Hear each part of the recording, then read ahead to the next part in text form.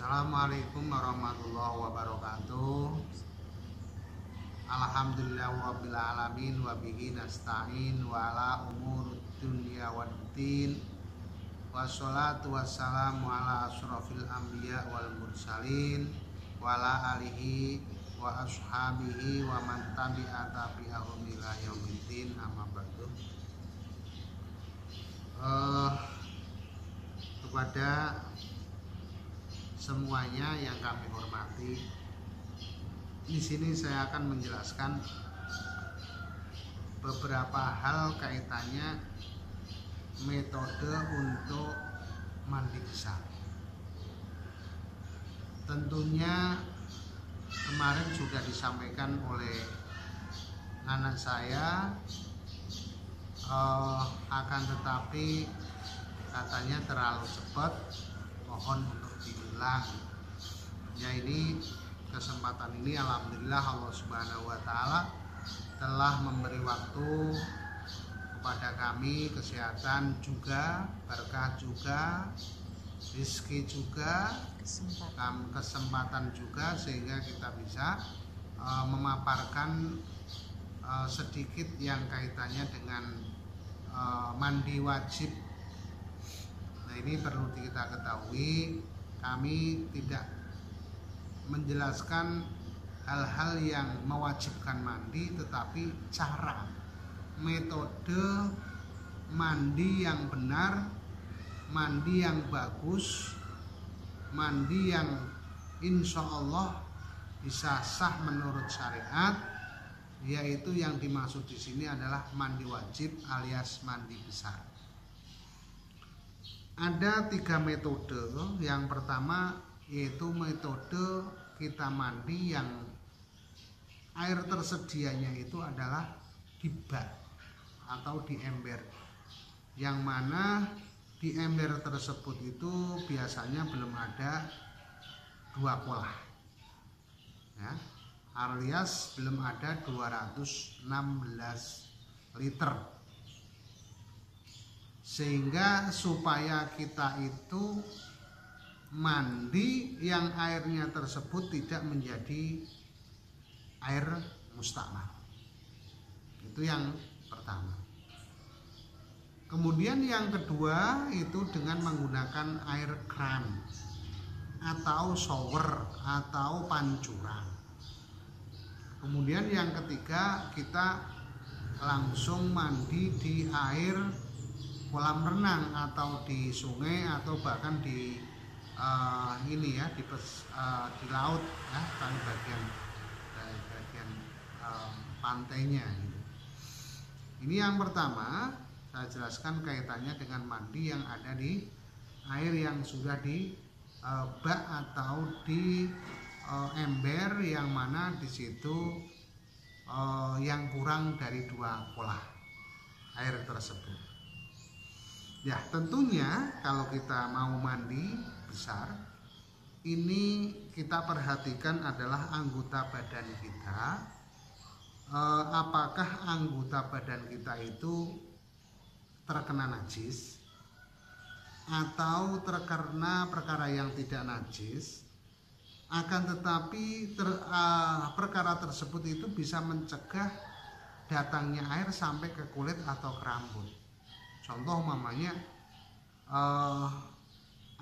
salah satu anggota badan kita kena lilin umpamanya, ya, tertetes lilin, lupa, ini harus dibersihkan dulu. Kemudian umpamanya yang enggak najis lagi, yaitu umpamanya kena tinta, ya. Kemudian kena kitek, kemudian kena minyak, ya. Nah, ini yang mana air tersebut kalau mengenai hal tersebut itu kan tidak bisa langsung tembus ke anggota badan kita, ke kulit kita. Nah, ini lebih bagusnya dibersihkan dulu, ya. Kita bersihkan dulu. Atau kitek yang ada di kuku-kuku, yang mana kitek tersebut itu bisa mencegah, ya, bisa mencegah datangnya air sampai ke kulit atau ke kuku tersebut. Nah, kalau sudah semuanya itu bersih atau juga ada yang najis, kita bersihkan dulu, kita suciin dulu. Setelah itu jangan lupa kita melaksanakan wudhu, ya. Ini adalah kesunahannya, ya. Kita berwudhu.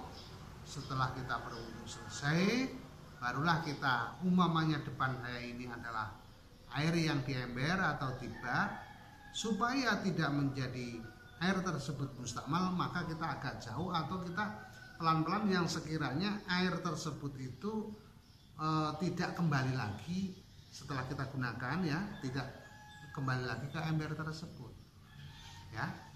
Tentu kita awali dengan niat. Dan niatnya bagaimana? Yaitu Bismillahirrahmanirrahim. Ingat, ketika kita itu niat, ya berbarengan kita mengesokkan air, ya, menumpahkan air kepada anggota badan kita, ya, baik itu di kepala maupun di bagian yang lain, dengan cara seperti ini. Kita kayo ngambil Bismillahirrahmanirrahim, nawaitu. Jadi pas ketika kita menumpahkan air ke badan kita, kita sambil niat nawaitu, ya. Bismillahirrahmanirrahim. Nawaitu guslal lirafil hadasil akbari fardhon lillahi ta'ala. Kemudian kita lanjutkan, ya. Artinya kita lanjutkan, kita ratakan air tersebut itu mulai dari ujung rambut sampai ujung kaki, lempit-lempitan bagian yang agak sulit, ya, rambut atas, rambut yang lain itu pun juga kita kenai air semuanya. Pokoknya seluruh anggota badan kita kenai air semuanya. Nah, dengan kita menggosokkan tangan kita, ya, ke anggota badan supaya merata air tersebut, maka setelah kita meratakan, sudah dianggap itu adalah sudah kena semuanya, maka mandinya adalah sah menurut syariat. Kita ketahui, kita ingat bahwasanya kita niat ini yang menjadi perhatian itu adalah niat, bukan seperti ini. Nawaitu ghusla lirafil hadasil akbari fardhon lillahi ta'ala. Kemudian baru kita sokkan air tersebut. Nah, ini yang namanya bukan makrunatun bi awwali juz'in. Tidak bersamaan dengan kita pas mengenai anggota badan kita. Nah, kalau seperti itu maka harus diulangi lagi, ya. Maksud saya diulangi lagi itu harus pas ketika ngesokkan, mengguyurkan air itu pas nawaitu guslal, ya, berbarengan. Itu, ingat. Kemudian cara yang kedua itu menggunakan pancuran atau keran atau shower, ya, yang punya shower, ya, pas ketika, ya seperti tadi, anggota badan kita kalau kena najis, kena kotoran yang bisa mencegah masuknya air ke kulit atau ke rambut kita, ya maka kita bersihkan dahulu, ya. Kita bersihkan dahulu, kemudian kita disunahkan untuk berwudu. Setelah berwudu juga ingat, disiapkanlah air tadi untuk dipecet atau dibuka, ya. Pas ketika dibuka, monggo, ya. Bismillahirrahmanirrahim.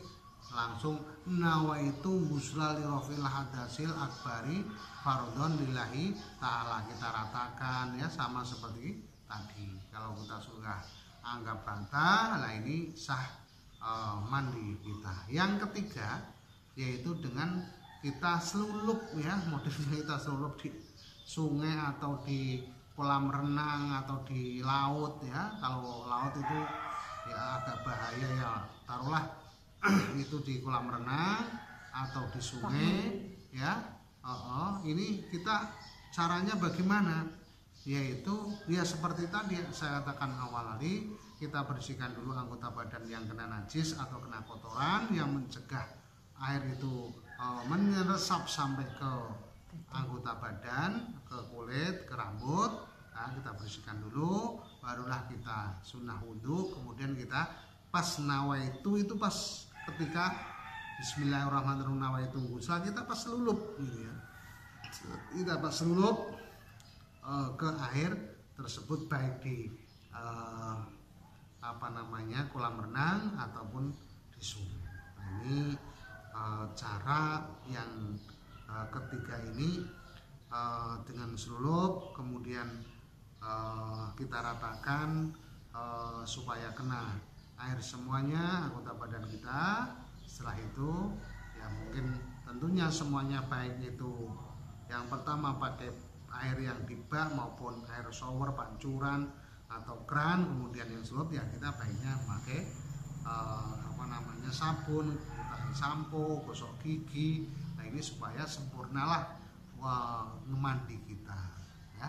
Ingat bahwasanya niat itu harus dibarengkan dengan ketika kita melaksanakan sesuatu itu ya. Ketika mandi pas nawaitu itu, jangan niat dulu selesai baru kita mengguyurkan air. Ini rata-rata seperti itu ya. Itu semoga bermanfaat dan semoga berkah ilmu kita.